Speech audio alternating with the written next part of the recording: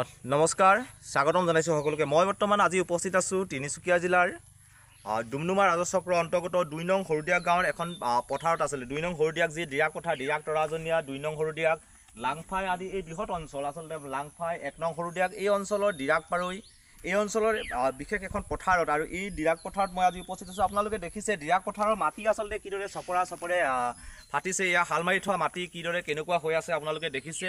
এই অঞ্চলৰ মানুহ আচলতে জেঠৰ মাহতেই সকলোৱে কঠীয়া পাৰে যদিও কিন্তু কেৱল মাত্ৰ বতৰৰ আশা কৰিয়ে খেতি কৰে এই অঞ্চলৰ মানুহে। আৰু দেখিছে ইয়াত কঠীয়া পাৰিবৰ বাবে মাটি চাহ কৰি থৈছিলে। এতিয়া কৃষকে ইয়াত আচলতে কঠীয়া পাৰিব পৰা নাই। মই এই দৃশ্য আপোনালোকক দেখাবলৈ চেষ্টা কৰিছোঁ। আচলতে এয়া চাওক, কৃষকে আচলতে বহু সপোন লৈ আচলতে ইয়াত কঠীয়া পাৰিম বুলি ভাবিছিল, কিন্তু এতিয়া বতৰৰ অভাৱত আচলতে বৰষুণৰ অভাৱত, পানীৰ অভাৱত কঠীয়া পাৰিব পৰা নাই। উপযুক্ত সময়ত যথেষ্ট চিন্তাত পৰিছে কৃষক ৰাইজ।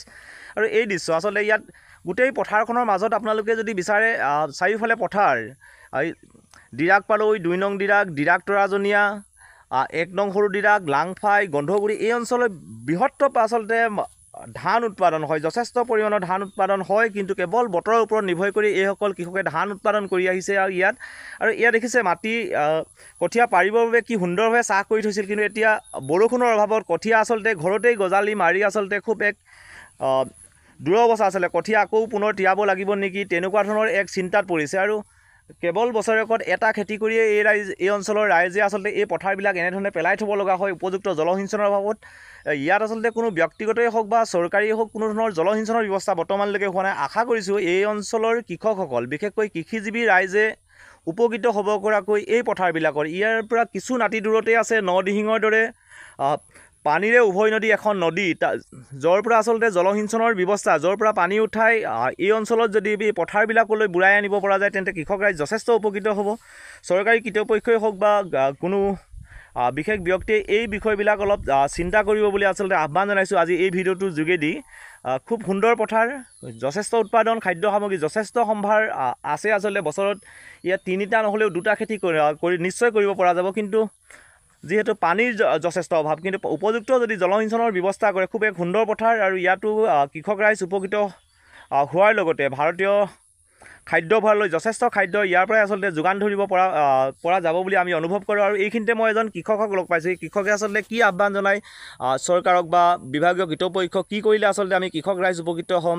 এতিয়া সেই আগৰ দিন নাই, আচলতে আমি ভেকুলী বিয়া পাতি বৰষুণ মাতাৰ দিনো নাই। তেনে এটা সময়ত আচলতে কৃষকজনৰ ওচৰলৈ মই যাবলৈ চেষ্টা কৰিছোঁ। আৰু এইজনেই কৃষক আচলতে, যি আচলতে সাৰ ভঙা পৰিশ্ৰম কৰি মাটি চহ কৰি থৈছে, তাৰপিছতো কিন্তু আজি কঠীয়া টকাই পাৰিলেনে?